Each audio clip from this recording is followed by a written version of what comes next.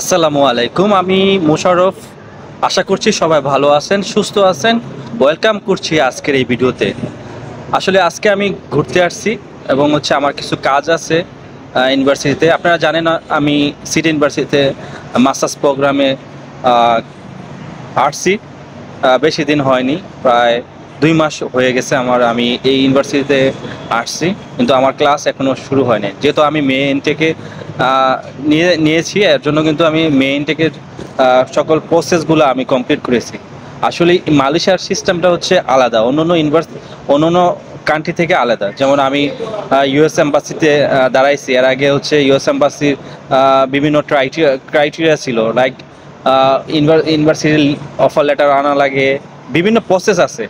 মানে easy process আমার মনে হয়েছে যে মালয়েশিয়া থেকে ইউএসের স্টুডেন্টের মানে অ্যাডমিশন নেওয়া খুবই ইজি। কিন্তু এই দেশে দেখেন, এই দেশে আসার পরে আপনার ইএমজিএস কমপ্লিট হতে হবে। ইএমজিএস কিন্তু কমপ্লিট থাকে না, 70% করা নিয়ে আসার পরে ফ্লাই করা যায়, অর্থাৎ টিকিট কাটা যায়। অর্থাৎ ভিসা হওয়ার পরে 70% যখন হয় তখন আমরা ফ্লাই করতে পারি।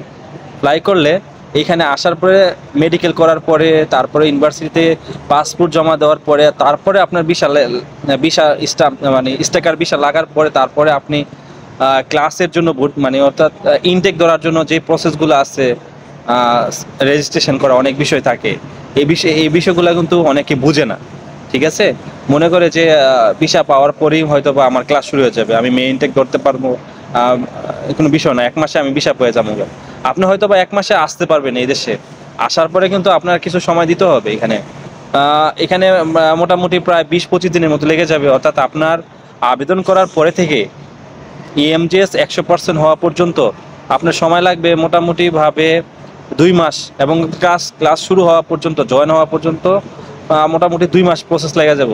দেখেন, আমি মার্চের 4 তারিখে আসছি, এখনো পর্যন্ত আমার কাজের কিন্তু অগ্রগতি এখনো 100% ইএমজিএস হয়ে গেছে আসার মেডিকেল দেওয়ার পরেই।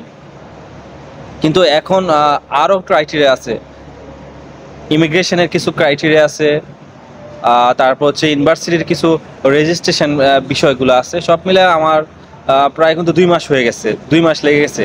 আজকে আমার কিছু প্রসেস ছিল, এই প্রসেসগুলো কমপ্লিট করে এখন আমি অপেক্ষা করতেছি আমার মে ইনটেক ধরার জন্য। অর্থাৎ আমার মেয়ের 6 তারিখ থেকে আমার অনলাইন ক্লাস হবে। অর্থাৎ সপ্তাহে আমার 2 দিন মনে হয় ক্লাস হবে, মাঝে মাঝে দেখা যায় একদিন হবে।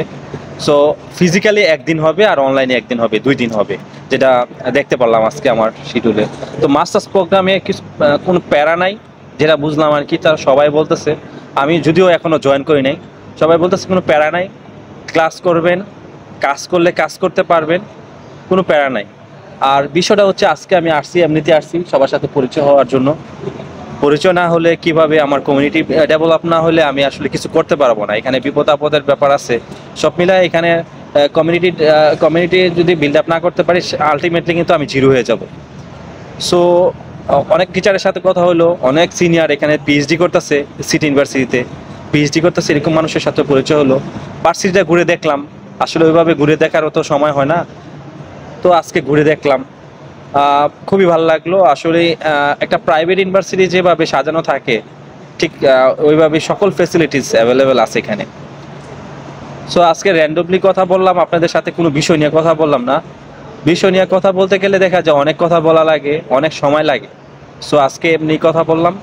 সো আমার এই প্লাসটা খুব ভালো লাগে, আর এই প্লাসে আমি বসে থাকি মাঝে মাঝে, আসলেই এখানে বসে কাজ করি, আমি কাজ করে আবার চলে যাই। আর অনেকেই দেখতেছি আমাকে অনুসরণ করে অনেকে আসতে চাচ্ছে মালয়েশিয়া। আমি একটা কথাই বলবো যে আমি কিন্তু অন্য অন্য জায়গা থেকে রিফিউজ হয়ে আসছি না, ইউএস এম্বাসি থেকে রিফিউজ হয়েছি, আরেকটা ইউনিভার্সিটি থেকে, আরেকটা কান্ট্রি থেকে আমি রিফিউজ হয়েছি। সো আলটিমেটলি আমার গোলটা কি, আমি একটা ফরেন ডিগ্রি লাগবে, তাই না? ফরেন ডিগ্রি কিন্তু ইজিলি মালয়েশিয়াতে ওয়ার্ল্ড স্ট্যান্ডার্ড এডুকেশন কিন্তু অ্যাভেলেবেল আছে। আপনারা চাইলে কিন্তু ইজিলি কিন্তু ইউনিভার্সিটিতে আসতে পারেন, অ্যাভেলেবেল আসতে পারেন। এখানে আপনি আর্টসে পড়তেছেন, আপনি সায়েন্সের, আপনি বিজনেসের সাবজেক্টে আসতে পারবেন। আপনি সায়েন্সে পড়তেছেন, আপনি আর্টস রিলেটেড সাবজেক্টে আসতে পারবেন। এটা কোনো বিষয় না। আপনার মেন ইন্টেনশনটা থাকতে হবে ক্লিয়ার, ইন্টেনশনটা আপনি কি করতে চাচ্ছেন। ইন্টেনশনটা যদি ক্লিয়ার থাকে তাহলে কিন্তু আপনি আসতে পারবেন। আর এখানকার ভিসা পাওয়া খুবই ইজি। কিছু কিছু জিনিস আপনার মেনে চললে আপনি কিন্তু ইজিলি ভিসা পেয়ে যাবেন। সো আজকে র্যান্ডমলি কথা বললাম, কোনো কোনো বিষয় নিয়ে কথা বললাম না। ইনশাল্লাহ আবার পরবর্তীতে কোনো একটা বিষয় নিয়ে কথা বলবো যেটা আপনাদের উপকারে আসবে। আশা করি ভালো থাকবে।